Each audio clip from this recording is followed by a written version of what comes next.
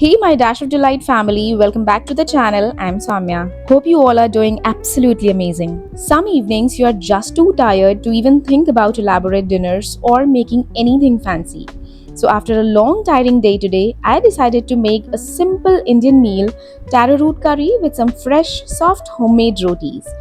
Taro root is also called as colocasia, arbi, guiya, and by lot many other names. Let me know what do you guys call it. Alright, I'm starting by peeling the taro roots. Indians need no introduction to this vegetable, but if you are someone who never heard or tasted it or in any other part of the world, you can get this in any Indian store around you. Also, if you cannot find, you can replace this taro root simply with potatoes, sweet potato, pumpkin, squash, turnip, or any such vegetable. Now, might be possible that sometimes your hands feel a bit itchy while peeling or chopping taro root. So, a quick tip here, just apply a little bit of oil on your hands and it will become much easier. Then, after peeling, give them a good rinse under running water. Be generous while washing. Wash the taro root thoroughly because taro root can be a bit sticky and starchy. So, please wash it thoroughly for a couple of minutes. Then, after washing, slice them into medium thick rounds. Not too thin, not too thick, so that they hold shape during cooking. This dish actually doesn't need a long ingredient list or too many steps, which is exactly what I love.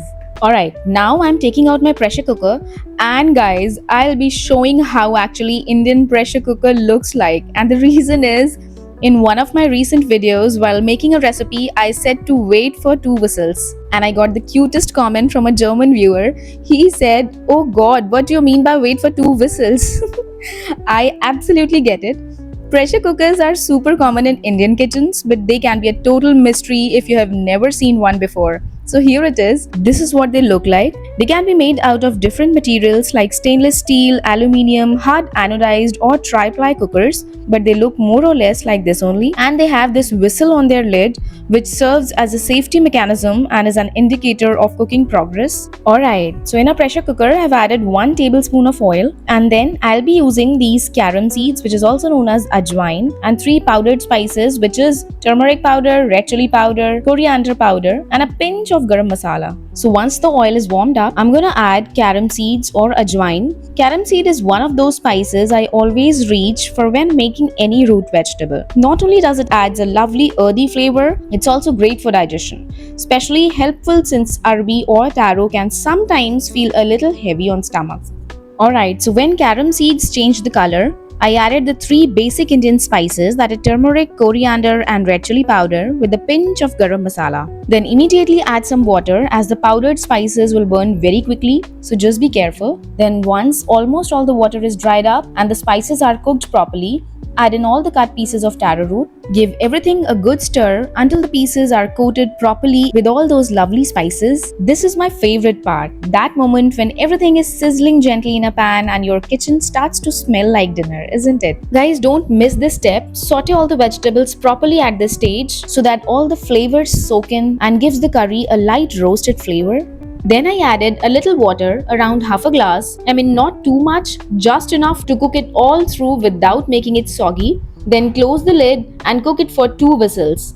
Now for those curious, just means 2 steam releases and then we are done. Now while the curry was cooking, I started working on the roti. So I took about 3 to 4 cups of whole wheat flour and added water in batches to knead a soft, smooth dough. It does take a few minutes, but it's honestly kind of therapeutic. So add small amount of water at a time and knead a smooth dough. And once everything comes together, cover the dough and let it rest for 5 minutes so that the gluten activates and the dough comes out to be really soft and nice. Meanwhile my dough is resting, I'm going to chop off the cilantro or coriander leaves for my curry because my curry is also almost ready. So here goes all the chopped cilantro in my taro curry. This cilantro will give an amazing aroma as well as flavor to the curry. So see, my curry is absolutely ready to be served. Then once the dough was ready and rested for a bit, I rolled out medium-sized rotis, not too thick, not too thin. Cooked them on hot tawa, flipped and puffed up on direct flame. That's my favorite part. So satisfying it is, isn't it? Once everything was ready, I plated it up, a generous serving of that soft spiced taro root curry with 2 warm rotis on the side. I also added a bowl of buttermilk. So that's all for today. I'll see you next time with another recipe from Dash of Delight. Till then, take care and happy cooking.